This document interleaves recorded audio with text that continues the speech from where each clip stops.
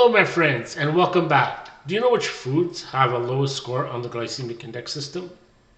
Do you know what the glycemic index system is?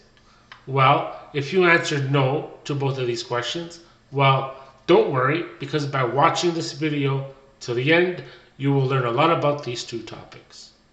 So let's begin. Now, before we begin, I'm going to go over what the glycemic index system is so you will better understand what this video is all about. So the glycemic index system is a food rating system which rates the food that you're about to eat with a number. That number tells you how quickly that food will have an effect on your blood sugar. The number that it rates is between 0 to 100, being 50 or less good, being 55 to 100 pretty bad, folks. Now, you must understand that this rating system will not tell you what your blood sugar number is. You're going to have to do a test an hour after you eat with your blood sugar monitor to give you your blood sugar number and how it affected your number. Then once you realized how the food affected your number, you could either eliminate it or incorporate it in your diet so it will not spike your blood sugar number too high. 1 hour after you eat is the best time to test your blood sugar, because during this time is when the big spike comes in, and this is when it's going to be causing a lot of problems to your body, and you will really understand how that food spiked your number. Don't do it 2 hours later, like it's been said to the last 500 years. No, by 2 hours, if you have a working pancreas, it will have lowered the number and you won't have an idea of how it has affected your health. So my friends, 1 hour after, get that blood sugar test done. So now I'm going to give you a list of the top 5 lowest scoring foods on the glycemic index system, starting from number 5 being the modest, going to number 1 being the lowest. So let's begin. Number 5 is hard cheese. That's right, my friends, hard cheese. It scores 50 on the glycemic index system. So it's not too bad, and it's the size of your hand, basically. And it won't spike your blood sugar too high. It is better than drinking any kind of milk because it takes a hard cheese slower to turn over to sugar. And you're going to get the same nutrients as in drinking a glass of milk without the sugar spike. Any kind of hard cheese will do. So the nutritional value for hard cheese is, of course, calcium. The next, number 4 being, is kidney beans. Half a cup of kidney beans has a GI of 24. That's right, 24. Now, don't go crazy in thinking that just because it's a low GI of 24, you figure you'll have a whole plate and your blood sugar numbers won't go up. No, my friends, it's only half a cup. Now, who really has half a cup of anything, right? And then you test your blood sugar numbers and say, hey, you know what? This is sky high. I wonder what happened. No, it's not because you're sick. It's not because you have a cold. It's because you should be calculating your total carb plus the sugar, and that will give you your total number of carbs in that food. So be careful. Then number 3 is lentils. Lentils are actually pretty good. They have a GI of 22. Now going back to kidney beans, the nutritional value for kidney beans is, of course, fiber. Now we'll go to number 3, lentils. The GI of lentils is 22. Half a cup though. Once again, be careful. And the nutritional value, well, it's got high fiber, about 10 grams per half a cup, and potassium, about 365 per half cup. So if you don't eat your bananas because you are afraid that your sugar will go up, you could always get your potassium in lentils. That's right, my friends.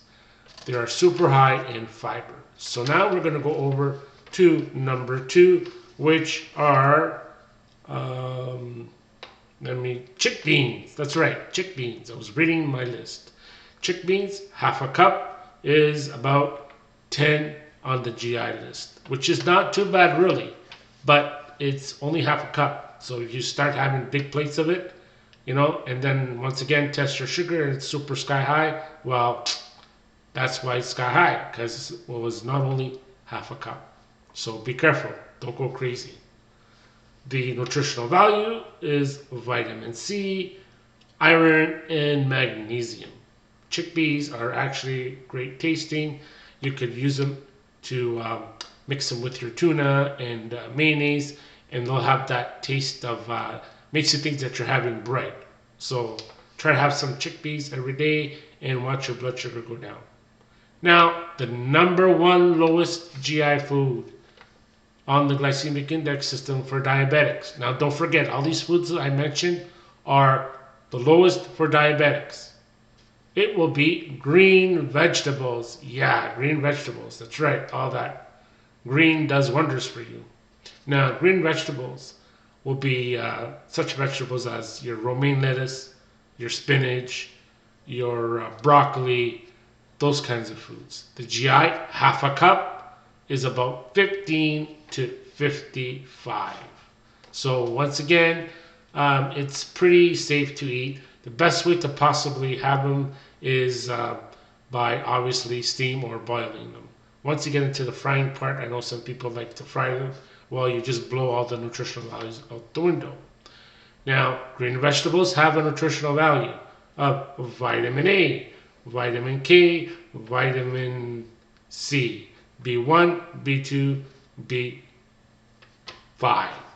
So try to have a little bit of green vegetables in your diet each and every day, and then watch your blood sugars go down evenly.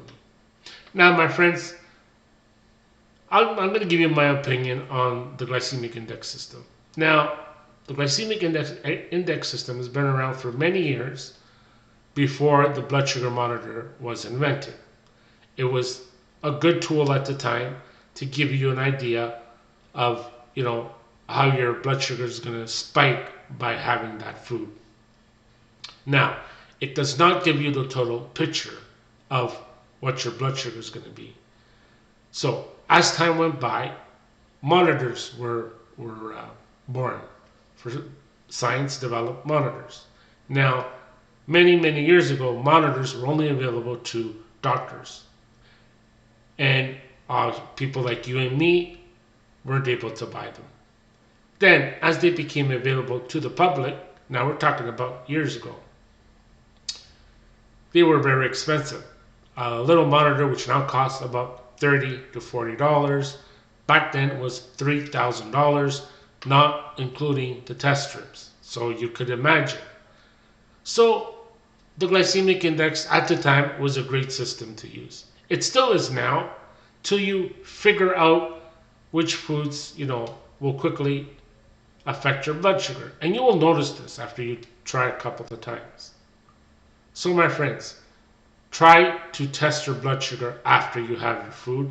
This will give you a better indication of how that food affected your blood sugar. Now, send me a comment below telling me which foods I didn't mention on the list, and you might start to get an idea of which foods have the highest spike for your blood sugar number. Alright my friends, that's it for this quick video. I hope you enjoyed it. Hit the like button, hit the share button, and keep sending me your comments. And also, hit the subscribe button so YouTube will let you know when I will post my next video. I usually try to post videos twice a week on YouTube, Tuesdays and Fridays. But to make sure you get my videos, hit the subscribe button. Alright, that's it for now, and we'll see you soon in the next video where I will be going over the highest GI foods on the glycemic index list. Alright, we'll see you soon. Bye for now.